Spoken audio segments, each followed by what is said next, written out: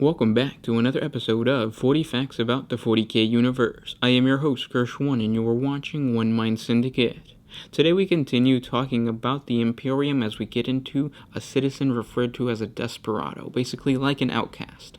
If you're new to the channel, subscribe. We post Warhammer 40K content every 12 hours, and if you have any suggestions, just comment down below. But with that said, let's get into 40 facts on the Desperado.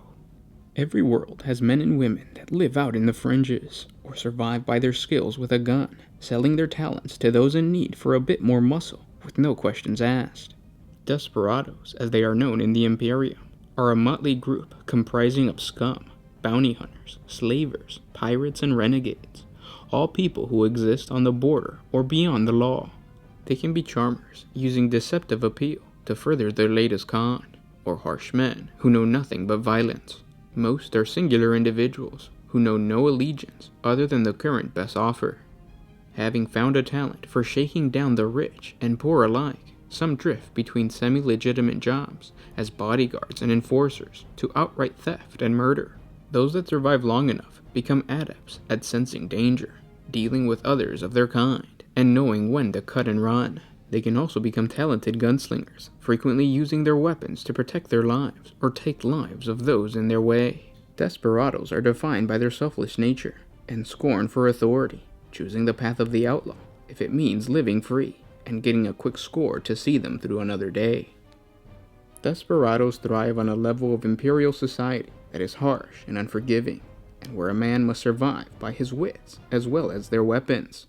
Most imperial citizens are born into a place and position, and even those that must suffer the hard labor of toxic factories or the mindless drudgery know that as long as they do their work, they will always have a place and a corner in which to lay their head. It's not the case for the desperado, who has slipped away from the caste and classes of his birth to bring some semblance of freedom on the fringes of society.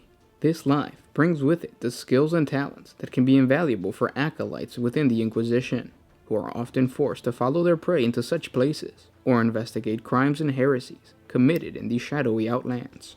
Unconstrained by petty laws, these people can find a way to do most things, be it breaking into a secure building, fencing illegal goods, bribing enforcers into dropping an investigation, or tapping into contacts and contractors which only exist for those that know. When skirting the law of a world, like acolytes are known to do, these abilities can mean the difference between blundering into a crime lord's den and being welcomed as a potential client. Beyond the relative safety of imperial society, these people are also adept at survival, having had to live their lives without the help of others. On a densely populated hive world, this can mean knowing how to find the purest water or the tastiest kinds of fungus, or which areas of the underhive are unstable and so must be avoided. In a wilder frontier world, they quickly become schooled in which towns offer a welcome and which shoot first, and then ask about it later. The most valued skill a desperado can have is the ability to determine whom to trust and just how far to trust them. This in turn makes them skilled at dealing with people, and also useful when trickery and deception is needed. Their skills with people can allow them to turn an inconvenient truth into a more useful resource.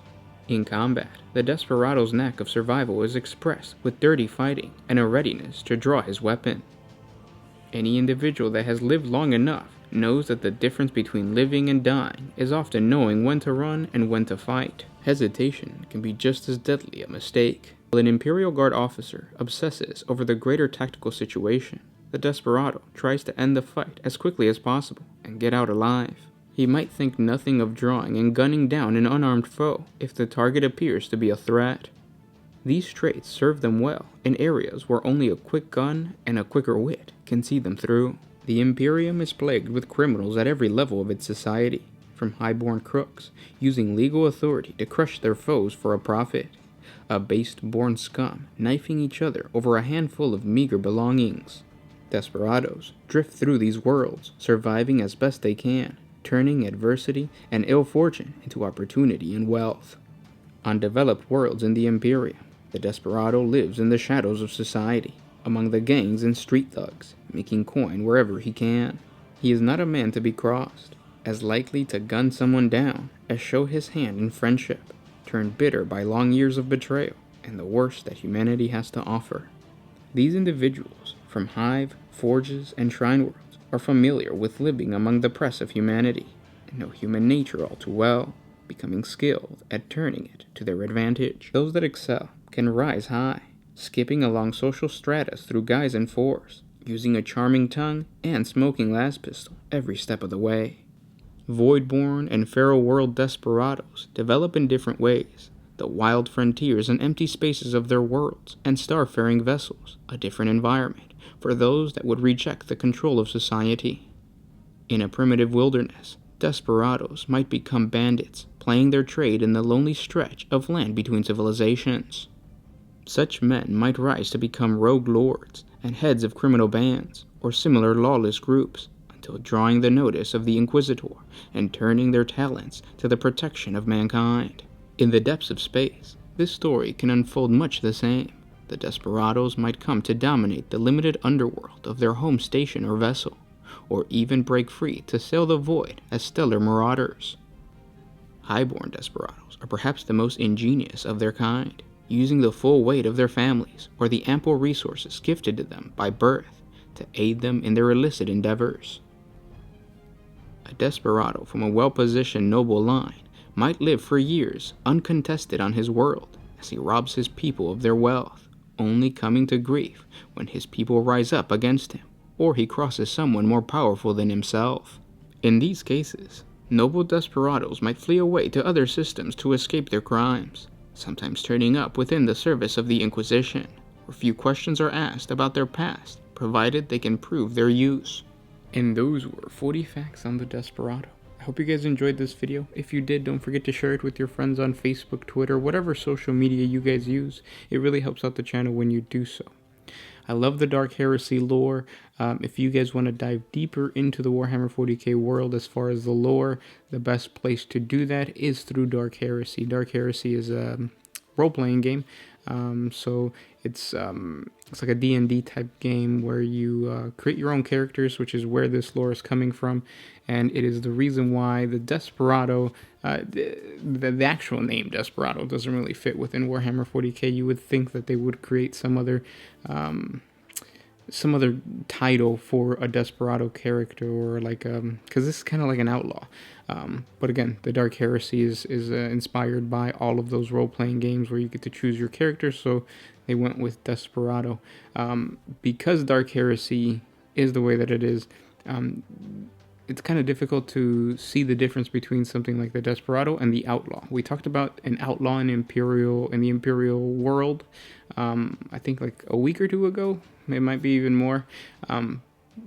But it's difficult to see the difference, and what I think it is that a desperado is somebody born into something, and then they choose to go a different route from their natural title or their natural career, whereas an outcast was born an outcast. So I think that's where the difference is. In the game, of course, in Dark Heresy, the actual skills and techniques and everything are different from the Desperado to the Outlaw. But yeah, that is why that is the way that it is. Now, I think what Warhammer 40K is missing is individual characters that you can customize yourself like this that aren't in HQ, because you can get an HQ and you can make your own war boss, your own Space Marine captain, stuff like that.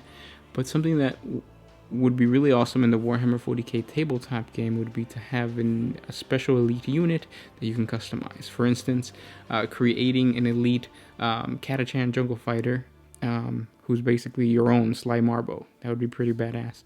Now, the Space Wolves are the only race that I know that has something like that. They have the Lone Wolf. You could actually take the Lone Wolf, give him your own special twist to him, and he's a standalone elite unit that you can send out on the battlefield. And having that one model really helps out as far as like fluffing up the actual battle, because you can give fluff to your units, but at the end of the day, they're just kind of like, it's just a unit. You see it as a unit, but if you have one individual model who's a little better than the rest, it kind of adds to it. if you play Space Marines, you would know what I'm talking about with the Lone Wolf. Most of the time what ends up happening is that the Lone Wolf either does absolutely nothing, or he becomes the MVP because he did something hilarious or something heroic, something badass. And I love that aspect. I love adding role-playing elements to the tabletop. So, hopefully the Kill Team stuff, like I've been telling you guys, does this. We'll see how it goes. But again, I hope you guys enjoyed this video. If you guys, I hope you guys are enjoying the posting every 12 hours. That's thanks to our patrons. If you want to support us, jump on over to Patreon. It's a simple $1 a month. It helps us create more videos. And, it helps us do what we do. If you can't, don't forget that liking, commenting, and sharing still helps out the channel a lot. But with that said, thanks for everything, guys, and I'll talk to you tomorrow. This is Gersh1 with One Mind Syndicate signing out. Always